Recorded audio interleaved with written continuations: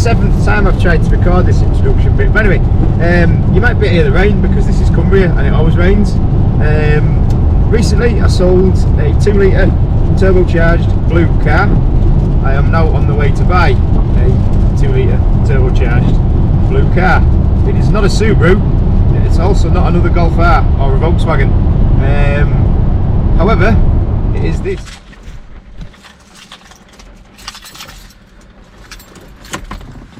Guess what it is yet?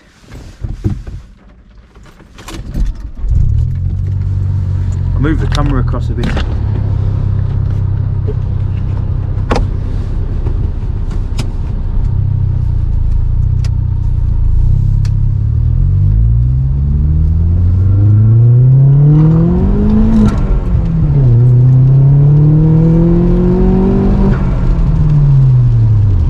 got dump valves and stuff. Yeah, it's the cheapest Mark 4 Astra Gsi that I could find on the internet.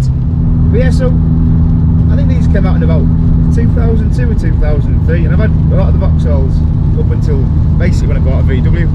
I suppose the newest Vauxhall I had was probably a 2000 Vectra Gsi, and I always liked this shape and I always wanted one. I realised the engines probably weren't quite as tough as what the C20 LET was that I used to have in my Corsa, but I don't know.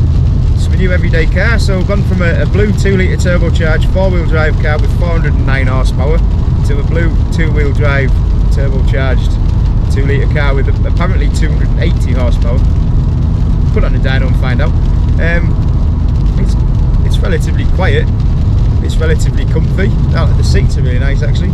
The only faults I can see so far is it's got the brake pad warning lights on, because it's had brake pads that don't have the sensor fitted, so that's easy enough. I can take the two wires together, that knocks that sensor off.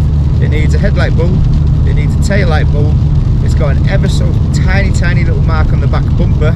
I mean, it's right on the crease. It's okay, I'm not too fussed about that, but everything else seems alright. It's 103,000 miles. I've got a variety of receipts and bits of service history.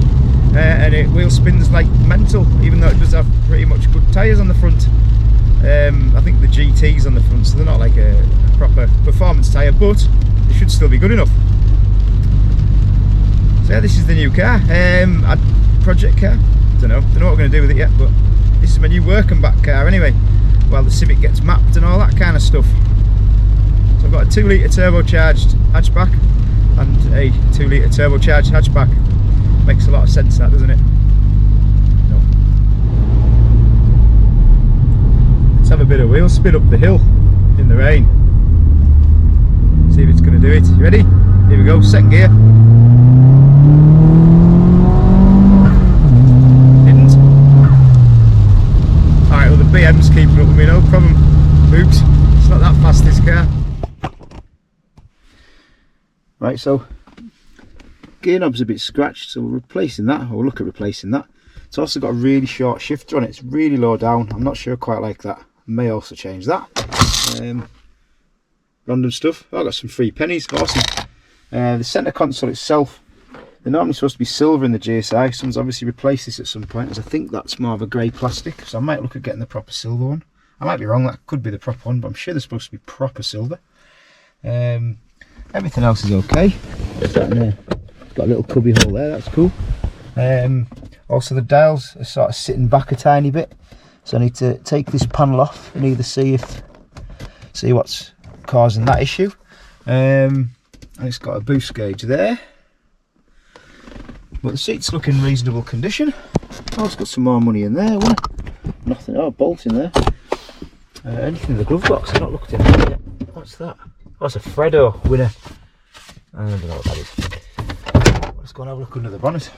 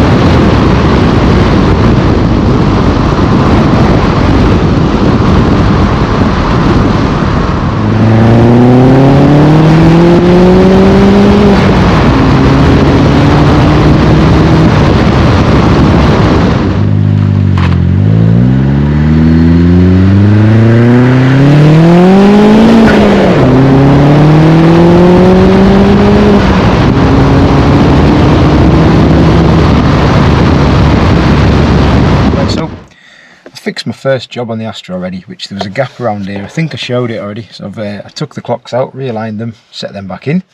And the second job I'm going to fix is, it's not really a fix, but it's straightforward, is the cage for the radio wasn't slotted in at all, and the radio just come flying out.